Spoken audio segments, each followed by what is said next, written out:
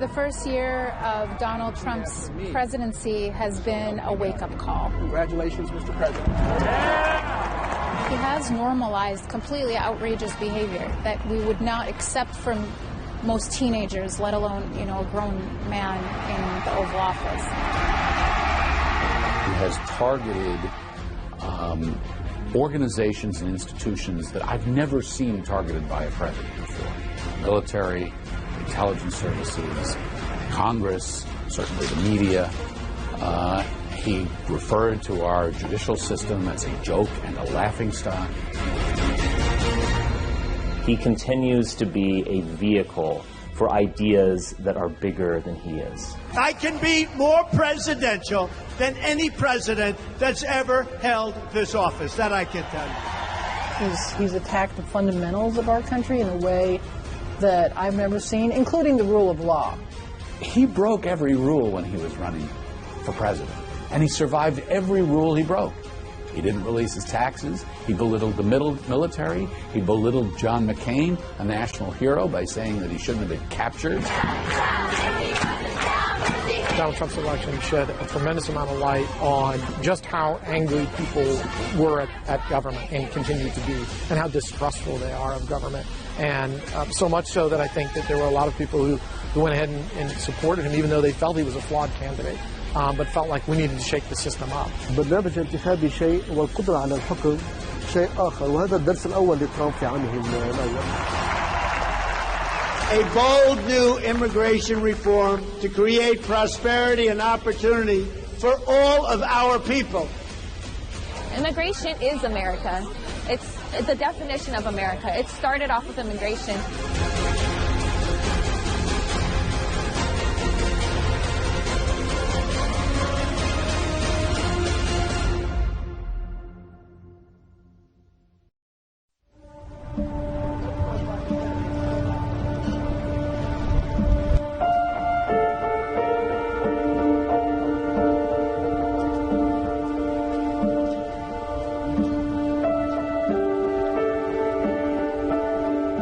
خلف جدار من الثلج جزيرة مثلت الحرية والفرصة لحياة أفضل لملايين المهاجرين. سفن كهذه أوصلت ملايين البشر للولايات المتحدة، تحملوا برودة الطقس وعناء السفر، أكملوا الرحلة رغم الألم.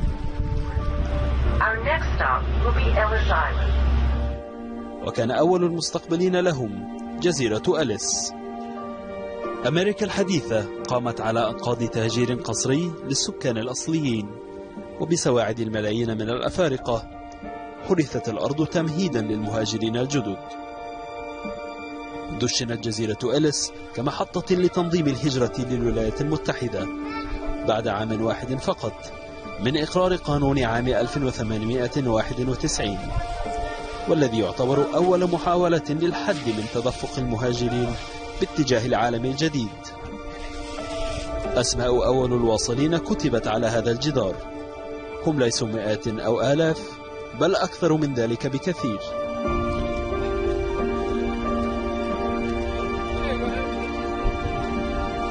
12 مليون مهاجر تم قبولهم في جزيرة أليس خلال النصف الأول من القرن العشرين. تسهيلات كبيرة قدمت للأغنياء، لكن الفقراء أيضا سمح لهم بالمرور بعد إجرائهم للفحوصات الطبية والقانونية. حينها لم يكن ثمة جدران للكراهية في الولايات المتحدة.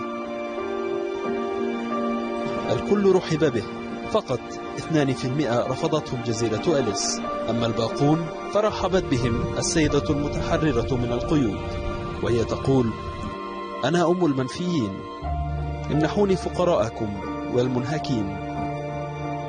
فهل ما زالت الكلمات المنقوشة أسفل تمثال الحرية ذات معنى في أيامنا هذه؟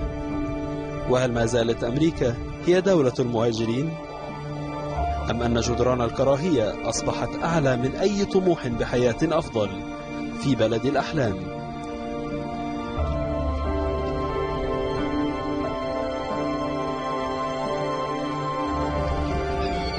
قبل عام أو أكثر وعد الرئيس الأميركي الخامس والأربعون بفرض قوانين صارمة على الهجرة كما لم تعرفها البلاد من قبل. فهل أسس ترمب قواعد هذا الجدار أم أنه وضع اللبنة الأخيرة فيه؟ The program known as DACA under the Obama administration is being rescinded. The DACA program was implemented in 2012 and essentially provided a legal status for recipients for a renewable 2-year term, worker authorization, and other benefits, including participation in the Social Security program to 800,000 mostly adult illegal aliens. مثل هذه القرارات أثارت موجة من الاستياء والمظاهرات، فتهجير مليوني شخص بات الآن معلقا بلحظة تطبيق قرارات ترمب التنفيذية، والتي كان أبرزها وقف نظام الحماية المؤقتة. من نيويورك ذهبت لمدينة فيلادلفيا حيث التقيت بمجموعة من النشطاء سيتجهون للتظاهر أمام البيت الأبيض في واشنطن.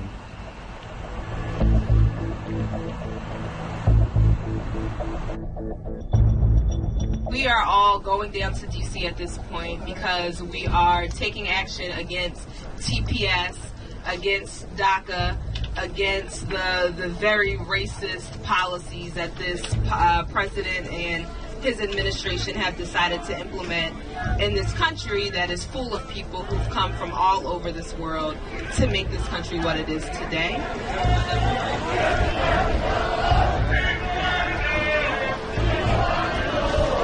So we are here in Washington, D.C., outside the United States Capitol building. It's part of a larger fight to make sure that all of us are respected, regardless of where we're born.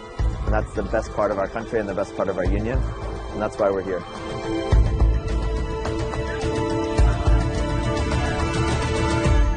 Right now I'm in a position that I cannot help myself in my current status of documentation in this country. And I know there's people out there fighting for me, and I want to repay them by doing the same thing.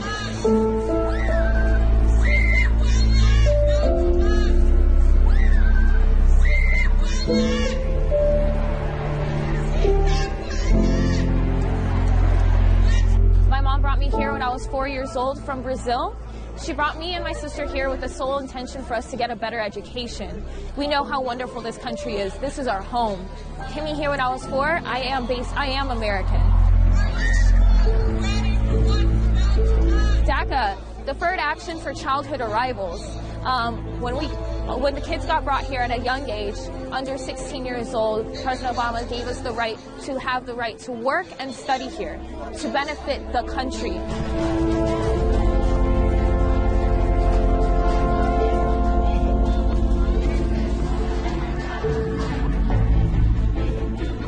First year of this administration has been a nightmare. It's been a nightmare for those who are wondering whether their parents or their loved ones might get deported from this country.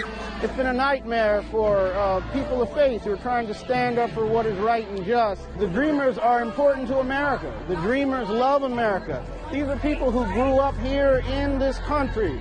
And many of them, they don't know any life outside of this country. But just because they weren't born here, we've got folks who are saying they should be sent back to a country where they were born, where they don't know the culture, they don't, in many cases, know the language.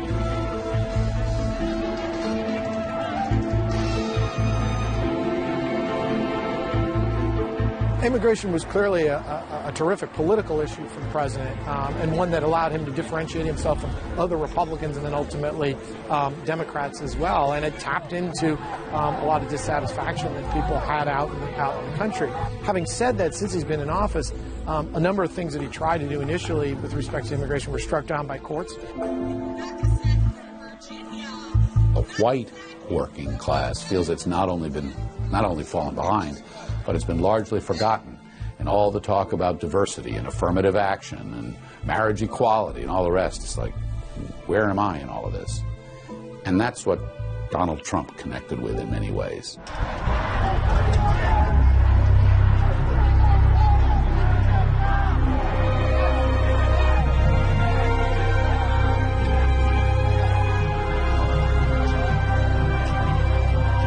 لم تكن السلطات لتسمح بعصيان مدني على أبواب الكونغرس.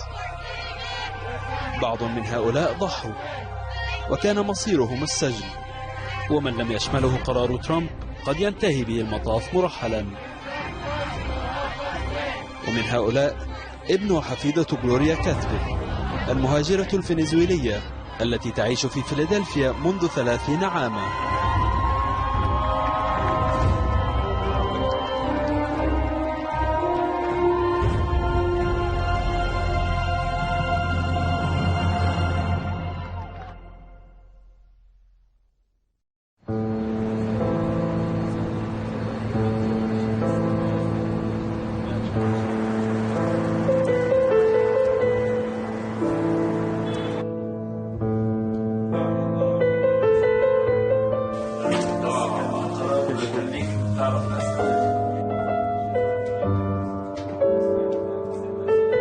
Donald Trump vino a traer inseguridad, vino a traer agonía, vino a traer desastre para nosotros los inmigrantes, y no solo para nosotros los inmigrantes, también trajo para su propia gente mucho desacuerdo.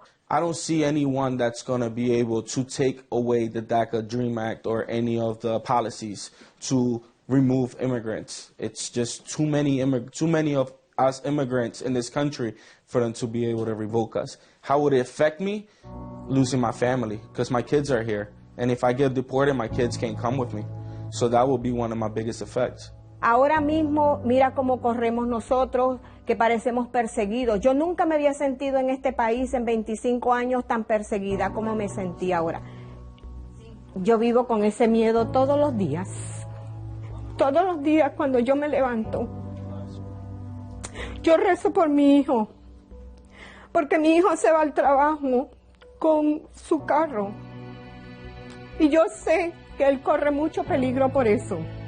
Y todos los días cuando yo me levanto en la mañana, lo primero que yo le pongo a mi Dios es a mi hijo. Cosa que antes no lo hacía. Pero ahorita con Trump, con el presidente Trump, se llame presidente, yo creo que nosotros los inmigrantes respetamos, pero no deberíamos decirle presidente, deberíamos decirle por su nombre Trump, porque yo creo que esa palabra presidente es muy grande para él, porque yo tengo ese hijo que sale, y así como yo hay muchísimas madres, muchas esposas, muchísimas abuelas que rezamos por esos hijos que están saliendo, porque sabemos que si los agarran, ellos van a ser deportados de aquí, después que nosotros hemos tenido tantísimos años en este país. We are supportive towards each other. It's amazing. Like my mother said, she's part of the group organization that helps immigrants out on a daily basis. I hear of immigrant stories that inspire many, like to progress and help each other. It has opened up the eyes on racism in a positive and a negative way, and by in a positive way is that immigrants are actually being noticed now. People are, the hardworking class, the ones that continue to make this country go around, are being noticed now, and nobody can take that away from us anymore. Mire, yo quisiera como decir, ¿verdad?, de que para mí convivir con otra cultura o haberme casado con un hombre que no es de mi misma cultura ha sido como una bendición. Y eso es lo que yo digo, si podemos vivir todos juntos, no hay necesidad de separación, porque yo soy casada con un palestino por 45 años, tengo 4 hijos. Mi vida con la cultura árabe pues ha sido muy familiar, porque todos compartimos mitad y mitad. Él con la mía, yo con la de él, y todo esto que se ve aquí, pues eso ha sido a base de respeto. Yo respeto su cultura, su religión, él respeta mi cultura y mi religión, y por eso tenemos 46 años juntos. That's big stuff. Have a good weekend.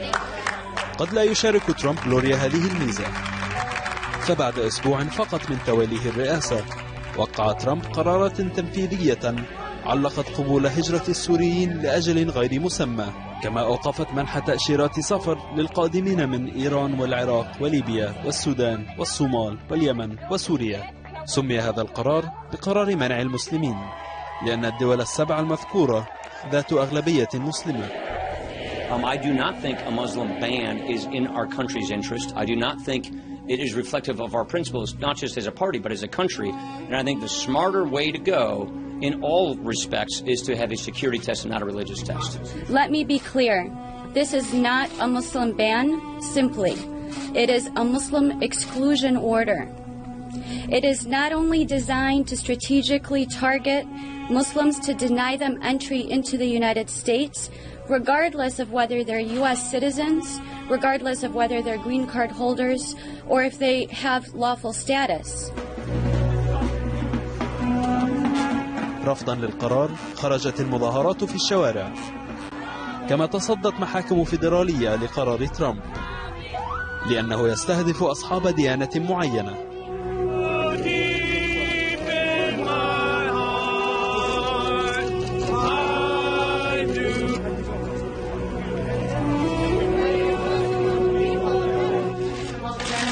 It's not a Muslim ban, but we're totally prepared. It's working out very nicely. You see it at the airports, you see it all over. It's working out very nicely. And we're going to have a very, very strict ban, and we're going to have extreme vetting, which we should have had in this country for many years. فريق ترامب عمل على إصدار نسخة معدلة من القرار استثنى منها العراق هذه المرة. صرنا 10 سنين هون وما فينا عندنا لا أهل غير أبي وأمي وإخواني هون، في الكل برا الدولة، في العراق، في تركيا، يعني عم يهربوا هم من مكان لمكان، طلعوا من سوريا يجوا لتركيا، عم يقدموا هون ما قبلهم. أول شيء قبل سنة قبل ما بيصير دونالد ترامب قدموا للجوء وعملوا مقابلات وهيك، وتالي بعد أكثر سنتين ولا شو هيك، يعني قبل ما يصير دونالد ترامب بريزيدنت، إجالهم إنه حيقبلوهم قابليهم يجوا لأمريكا بس يجوز لهم الطيران وهيك المعلومات الباقية.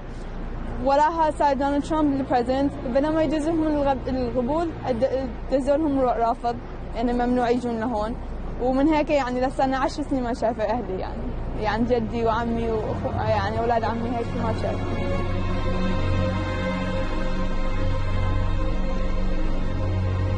هلا عمو ينتبهوا على اللاجئين اكثر، عمو ينتبهوا على المسلمين، عمو يعطوا معرفيه لهم اكثر، قبل ما كانوا يفكروا ولا يحكوا عليهم.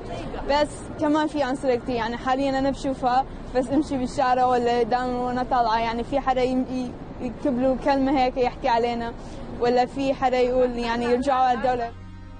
يعني احيانا بيجيك خاطره انه هل فعلا هي امريكا اللي جينا نحن عليها؟ يعني هل نحن كنا عايشين بنوع من الغفله، يعني مو عارفانين، او الشيء اللي نحن عم نشوفه هلا هو فعلا عم يصير؟ يعني وصلنا لمرحله ما نصدق انه هذا الشيء اللي عم يصير. بس طبعا بعدين من خلال حياتك ومن خلال الناس اللي عم تشوفها ومن خلال الناس اللي عم تتعامل معها تقول انه هذا الشخص او هالمجموعه هي ما بتمثل الاغلبيه، ولا حتى يعني نعتقد هي اقل من الاقليه. الشغله الوحيده اللي الرئيس بيقدر يلعب فيها هون هي الشغلات التنفيذيه مثل الاميجريشن.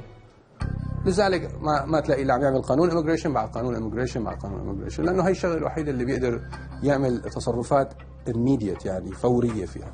اما موضوع انه يطلع قانون يصير the law of the land، قانون بامريكا كلها، كثير صعب يعني انك تغير سياسه البلد.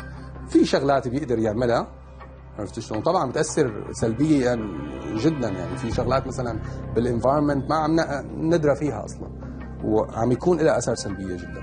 بس كسياسه يعني تمس المواطن، كثير اطراف لازم توافق عليها لتتغير سياسه البلد.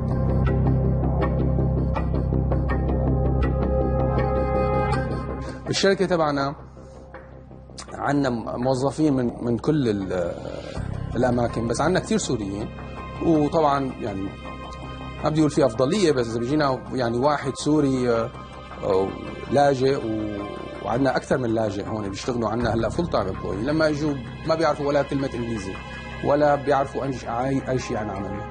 خلال 5-6 شهور تريننج وظبطناهم وقعدوا وكذا وتعلموا، هلا بتلاقيهم تكنيشن سكسسفول، عندهم بيوتهم، عايشين، اولادهم بيروحوا على المدرسه. كذا شخص تركوا وراحوا لكندا مع انهم مبسوطين وشغلهم منيح وعم يعملوا مصاري وامور. انت بقول لك اخي ما هذا ترامب، يعني something is crazy is gonna happen to me. يعني مقتنعين انه هال4 سنين اللي حيقعدهم بجوز تصير 8 سنين، ومقتنعين انه بهالفتره اللي حيقعدها ترامب امورهم حتصير للأسوأ للأسوأ للأسوأ. We need the wall for security. We need the wall for safety. We need the wall for stopping the drugs from pouring in. There are things he promised that were literally impossible to do, like build a wall between the United States and Mexico, or drain the swamp, or all of these kinds of economic issues that he was promising his supporters. So what he does instead is he compensates by giving them little Christmas presents every once in a while in the form of a Muslim ban, or in some horrific tweet that demonizes Muslims. There is no way to argue that prejudice didn't play a very important role in Donald Trump's presidency. And it's a prejudice born out of really the election of Obama 8 years before. And if you look at data by the Southern Poverty Law Center, they were tracking the rise in hate groups since 2008. So this is not a new thing. There was a 300% increase in anti-Muslim hate groups starting in 2008. And so this has been a steady trend since the election of Obama, born out of a fear, a demographic fear that America was no longer going to be white Protestant, male-dominated, basically. So he still hasn't built the wall. It's not so popular of a saying by him anymore, but he still promises that he's going to build the wall, and he still reminds people that people on the other side of the wall are dangerous people.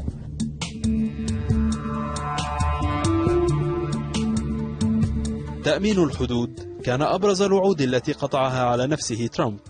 التقينا هنا على الحدود المكسيكية على بعد كيلومترات من مدينة سان دييغو بأحد الحراس، والذي عرفنا على كيفية مراقبتهم للحدود. So right now we looking at the infrastructure. They have 2 walls. The first wall is about 18 feet, and the second wall about 17 to 18 feet. And on the weekends from 10 a.m. to 2 p.m. we open up the second wall so that families can go in between the border infrastructure system that we have, so they can be reunited with their families and they can talk to their families through the fence. Just about 40 miles east of this location, there is 8 wall prototypes that are being built in the San Diego sector as part of President Trump's initiative to build a border wall. منعنا من مشاهدة النماذج الجديدة للحدود عن قرب، فاضطررنا للذهاب إلى الجانب الآخر، مدينة تيخوانا بالمكسيك.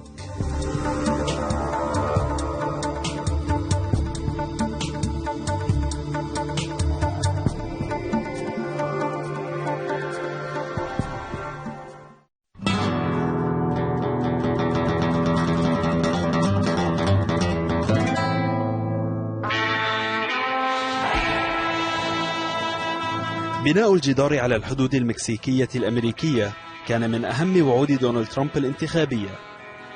لم يفي بعد بهذا الوعد، ولكنه بدأ ببناء نماذج جدران ليختار نموذجا منهم للهيكل النهائي. وبحسب الخطط المعلنة قد يمتد طول هذا الجدار إلى أكثر من 1600 كيلومتر من أصل 3000 كيلومتر طول الحدود، بتكلفة قد تصل إلى 18 مليار دولار. طالب ترامب إدراجها في ميزانية العام القادم، على الرغم من إصراره خلال حملته بتحمل دولة المكسيك تكاليف البناء. The U.S. government, they decide to start to build the prototypes of this wall. We have to remind they don't have the budget to build the wall. It's more than $3 3,000 kilometers. They want Mexico to pay for it.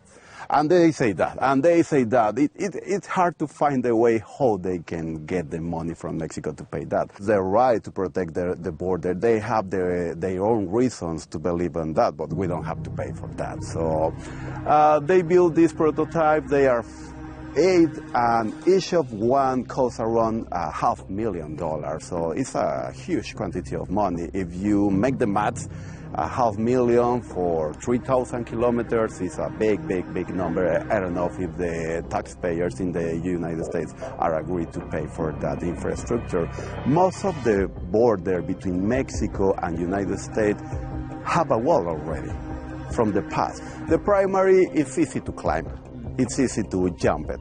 But the secondary is hard. It's super higher, this infrastructure, to justify the growth of the prices. In the past, across the border, you have to pay around $1,000. Now you have to pay unless $4,000 to $20,000. It depends which way you want to cross. There are eight prototype models. 6 companies were involved in their construction. One of them is an Israeli company. And to us that has a real impact because we hold our sisters and brothers in Palestine in a very important state. We recognize the challenges that they live under, and I think our solidarity needs to be tied directly with theirs.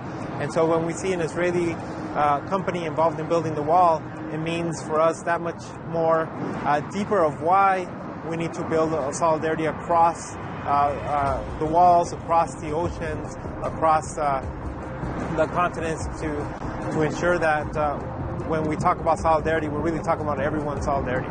And they're just structures that are materializing racism. They're structures that are materializing hatred. And the ideology of pushing away versus welcoming those, they counter the poem that Emma Lazarus wrote that is on the Statue of Liberty. They don't represent the values that are supposedly represented in this country. And so they're an unfortunate testament to the type of society that people like Donald Trump and his followers want to lead, which is to wall themselves in and not believe that they belong to a global society. من الجدران الحدودية المكسيكية إلى جدران سياسية مجتمعية برزت في عهد ترمب.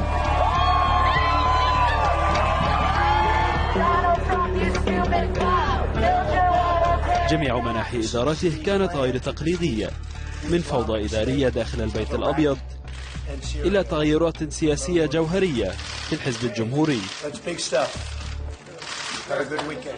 أصناف مختلفة من الانقسامات تكاد تكون هي السمة الأساسية للعام الماضي. I would argue that if he had been brought into a company as a CEO and had the track record that he has as president and CEO of America, he would have been fired long ago.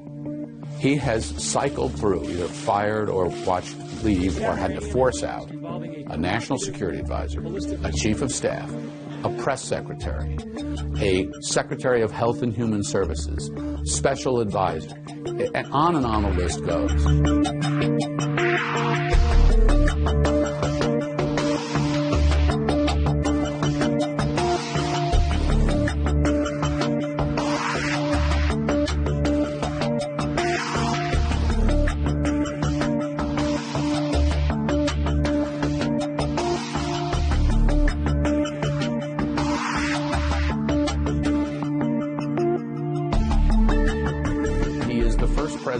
Certainly I have seen in my lifetime, or I have studied, who came to office and did not try to expand his base, but he uniquely plays to his base. So he's made no or virtually no effort to reach out to Americans who did not support him, who did not vote for him, who disagree with him. And so the country has been, as a result, in a state of great anxiety, and he has the lowest poll ratings of any president since polling began at this stage in his presidency.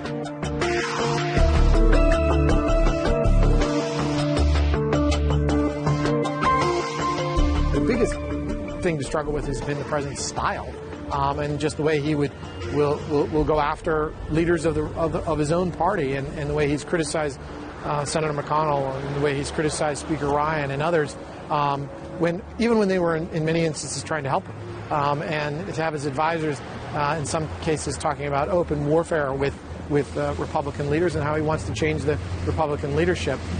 And then on the next day, the president will be applauding the actions of the Republican Congress in passing the tax bill or confirming Justice Gorsuch. So in some ways, you just have to wait a little bit, a day or an hour, and he changes his mind.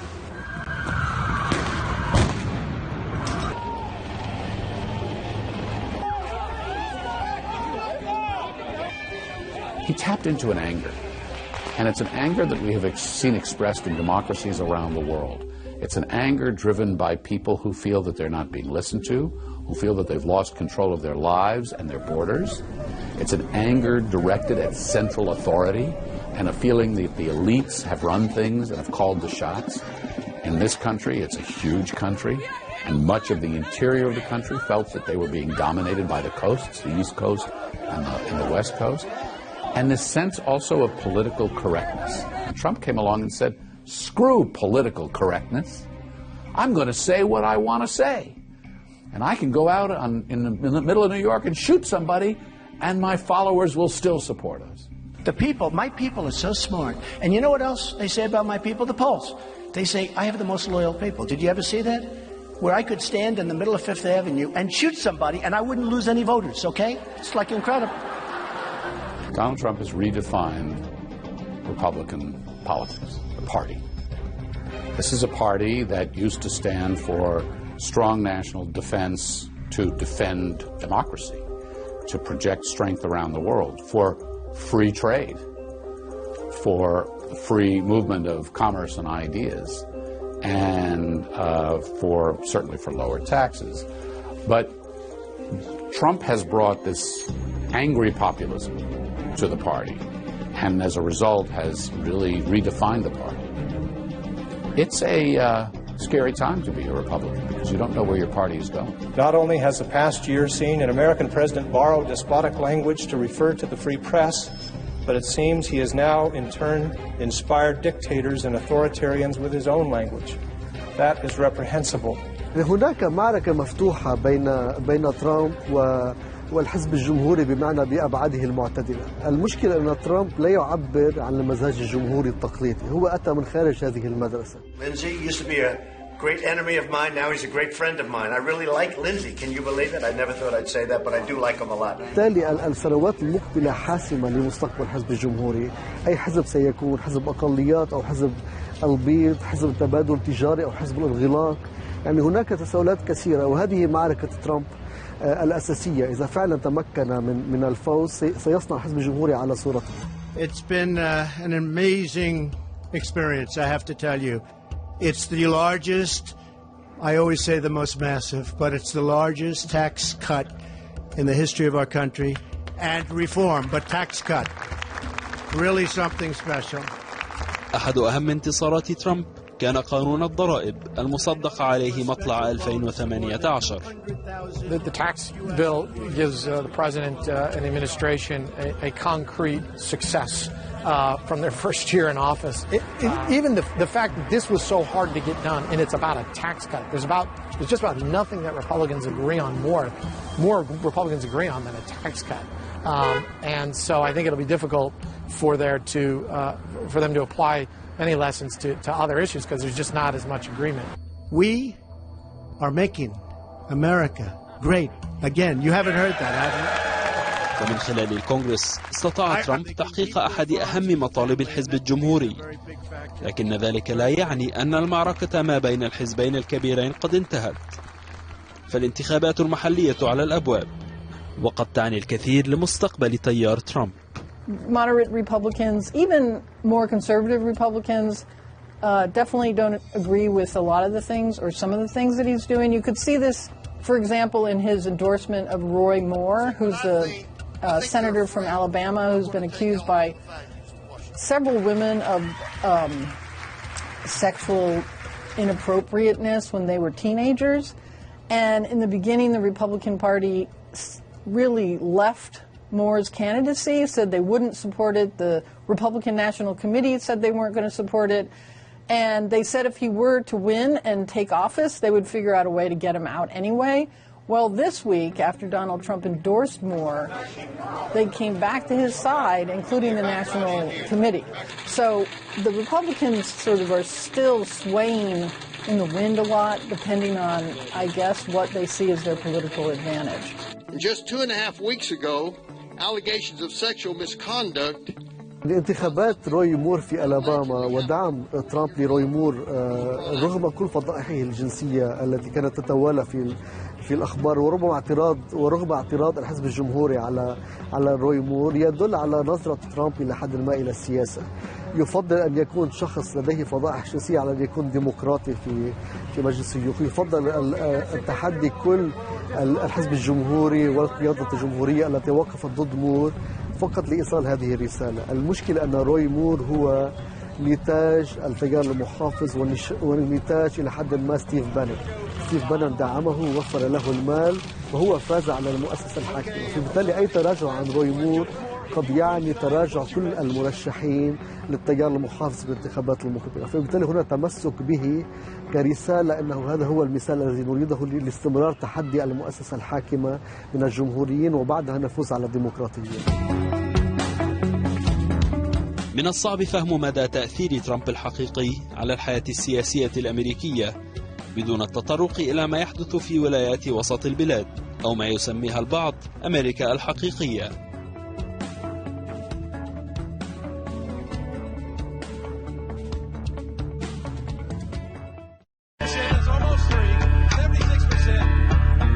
اتجهت أنظار أمريكا إلى ألاباما هذا اليوم.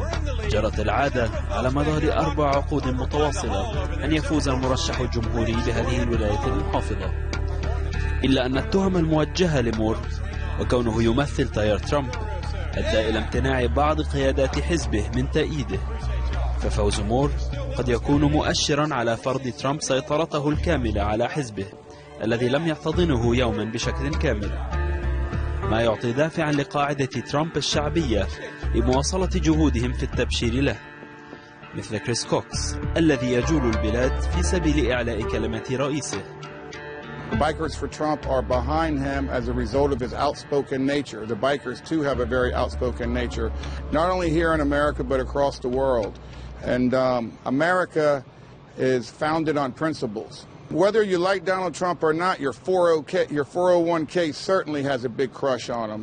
The economy hasn't been doing this well in a long time.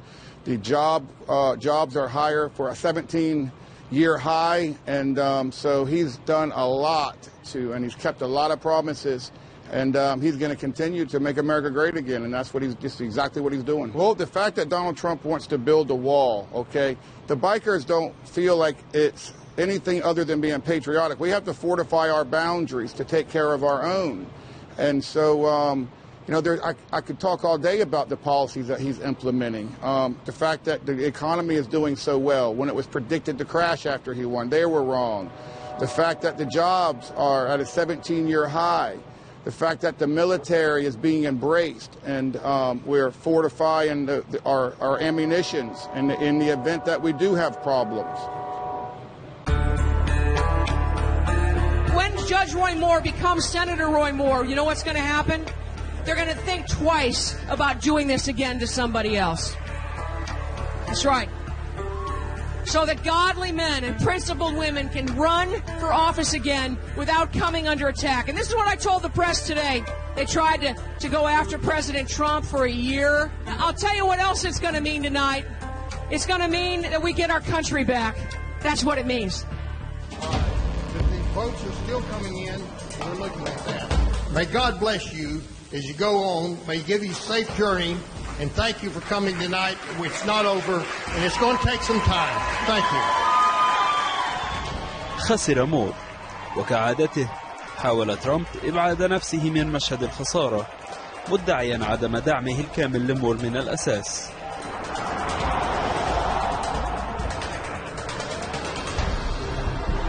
خيبة الأمل خيمت على بلدة جالنت الريفية المتدينة التي يعيش فيها مور. لم أجد من يرضى تسجيل آرائه معي، ولكن العديد أبدوا تشككهم في استمرارهم لتأييد ترمب الذي لم يعبر يوما بشكل مقنع عن مزاجهم المتدين، خاصة وأنه من بين قاعدته الشعبية مجموعات عنصرية متطرفة انتشرت بشكل ملحوظ تحت ظل ترمب، ربما أبرزها الألترايت. Hail Trump! Hail our people! Hail victory!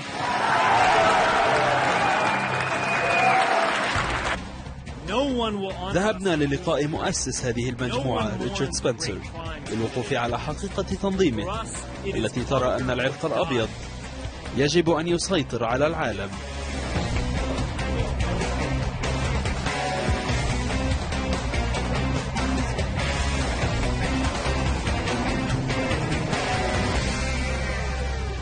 I really wish Donald Trump would be the 2016 candidate, be an actual nationalist who had liberated himself from the conservative movement. When Donald Trump burst on the scene in 2015, there was something new came into the world. So there wasn't just another Republican, there was a nationalist candidate who did not use the language of more foreign wars, more free market capitalism, and family values, however you want to define that. And so in 2015 and 2016, we reached this amazing new stage where the alt-right was the intellectual vanguard of the Trump movement, whether the Trump movement liked that or not.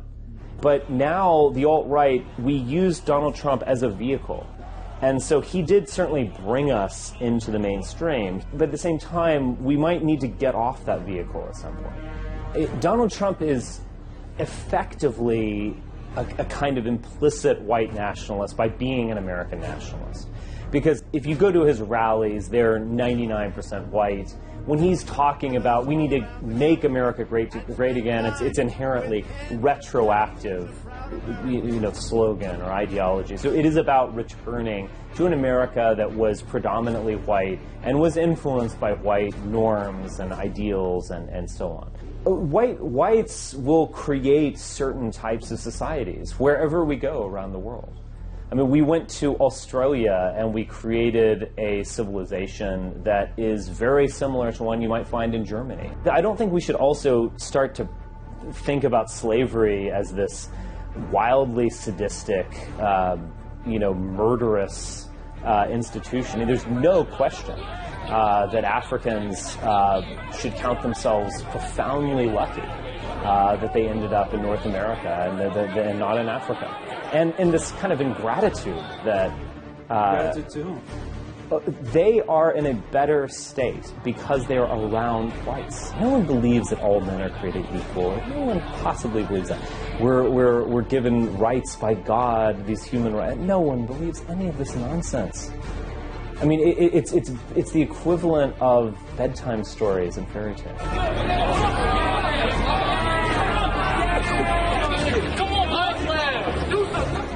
When America was at its height as power, was in a half century where we had effectively net neutral immigration.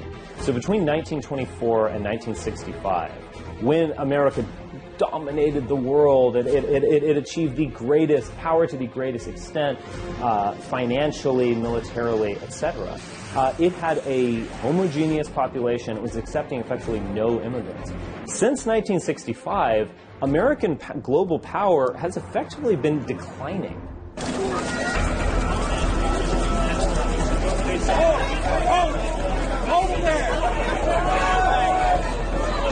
I mean, you used Nazi terminology. You didn't seem to shy away from the fact that people were showing up to the Charlottesville protests with very clearly racist banners and slogans. So how is someone supposed to look at the movement and look at what you're saying and not see destructive racism? Destructive, I mean, look, the media is going to present us in a way that looks not particularly palatable to a lot of people. A lot of people would say things like Trump is our last hope and all this kind of stuff. I mean, he's a hope. He's the last hope of an Americanism that's probably going to die. to be in my lifetime in the near future. I don't care about last hopes or all this kind of stuff. I care about the first stand, the first step towards something great. Has he been that for this year, for you? He has. I mean, I think he certainly was in 2016. I mean, he was a vehicle for alt-right ideas and identitarian ideas. Whether he's himself is going to move towards something greater than just his presidency, I don't know, and I certainly have my serious doubts. Whatever you want to say about your cartoon skinhead or Nazi or whatever, you know, I think one should try to understand that person. Maybe they did, even if they expressed themselves in totally stupid and embarrassing ways, maybe that alienation they felt was quite real.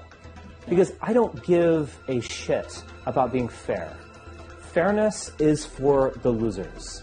Yes, whites have been at the forefront of history, of invention, of science, of art, of culture, of foreign policy, everything. Yes, we are amazing. Recently. Recently, yeah. We are world history. World history does not exist without the white race. Doesn't exist without any race. I mean, no, actually, with most races. No, we are the incarnation of world history. We drive it forward. We are absolutely essential and indispensable. I believe in privilege. We should be creating a new establishment, a new power structure that is going to safeguard the future of our children. That's what we should be about. We should say it in those explicit terms.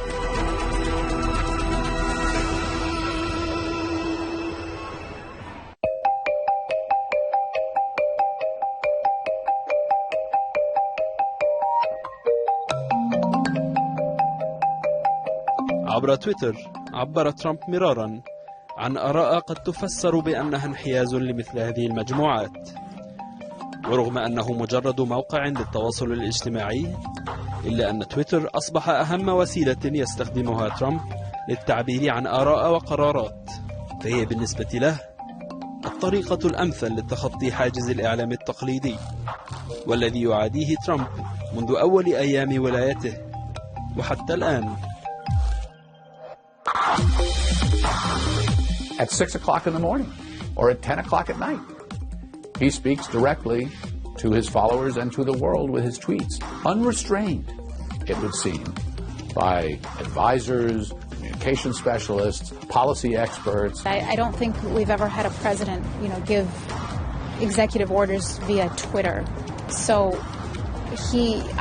I hope and pray that this isn't a new trend, that he's not setting a precedent.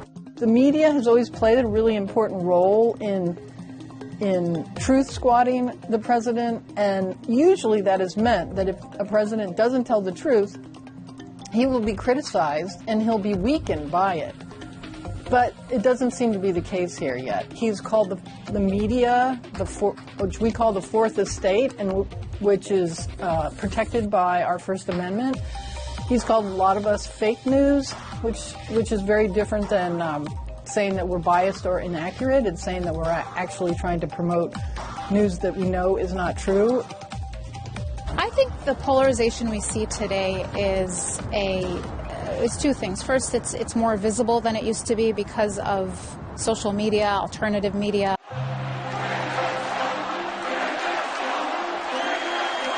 I'm here this evening to cut through the fake news filter and to speak straight to the American people. ترامب جسد خلال عامه الأول تغيرات في أنماط الخطاب الإعلامي السياسي، كما عبر عن مزاج عام يتجه تجاه وسائل إعلام غير تقليدية ذات انحيازات واضحة، أكانت في صف ترامب كموقع برايتبارت الذي أداره مستشاره السابق ستيف بانون، أو ضده كقناة The Young Turks التي استطاعت أن تعتلي عرش الأخبار الرقمية خلال الأعوام الماضية، وخاصة أثناء الحملة الانتخابية الماضية، فأصبحت شركة توظف فوق 100 شخصا بعد أن كانت موقع على يوتيوب تبث من بيت مؤسسها تشانك ويغر، والذي لا يخجل من أن يعلن عن معارضته لترامب حتى أثناء تغطيته الإعلامية. We had no money. We had no infrastructure. We had no giant media company to back us. So we just started on the internet, but luckily there was no gatekeepers. So nobody tell us, don't say that. You're not allowed to say this. You're not allowed to say that. So we just started speaking honestly on air, and then the views started piling up. So right now, we just crossed 7.6 billion views. That's as many people as there is in the world. Now, their views, not all unique viewers, but that's a big number. That's a decent-sized number. So I see the polling of young people in this country, and it matches up with what we've been saying on the Young Turks for the last 15 years. There's actually a bunch of different Americas, a lot of different cultures within this one giant country. So in the Alabama race, for example, 72% of white men voted for Roy Moore. 98% of black women voted against him. So those folks do not agree. They live right next to each other, and they don't agree at all. They have totally different ideology, different way of seeing the world. People that are above the age of 40 in America grew up on television. Television is insipid. It gives you almost no information, okay? People under the age of 40 grew up on the internet, and they grew up with all the world's information at their fingertips. So the younger generation is much more educated and way more progressive. So if in Alabama, 60% of the people under the age of 45 voted against Roy Moore, the Republican.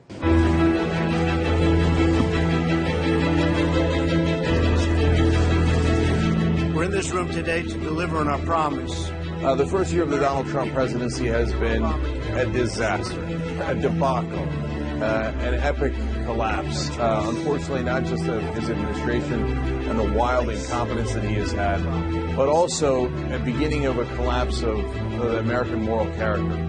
I'd like the federal government to focus on the Middle East. The thing that I warned people about when Donald Trump started was his incompetence. He's a loser. He's been bankrupt 6 times, couldn't run a business, couldn't run anything if his life depended on it. The only reason that he has won one thing in his life, which is the pretty important one, the presidency, is because he ran against the establishment. In America, people are sick of the establishment and the elites.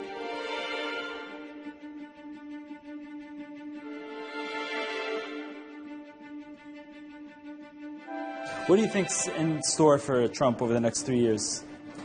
I don't think Trump's going to make it 3 years.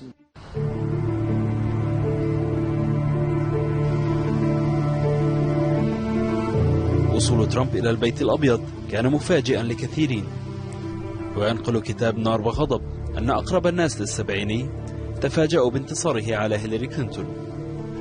Certain things have changed and probably have changed for good.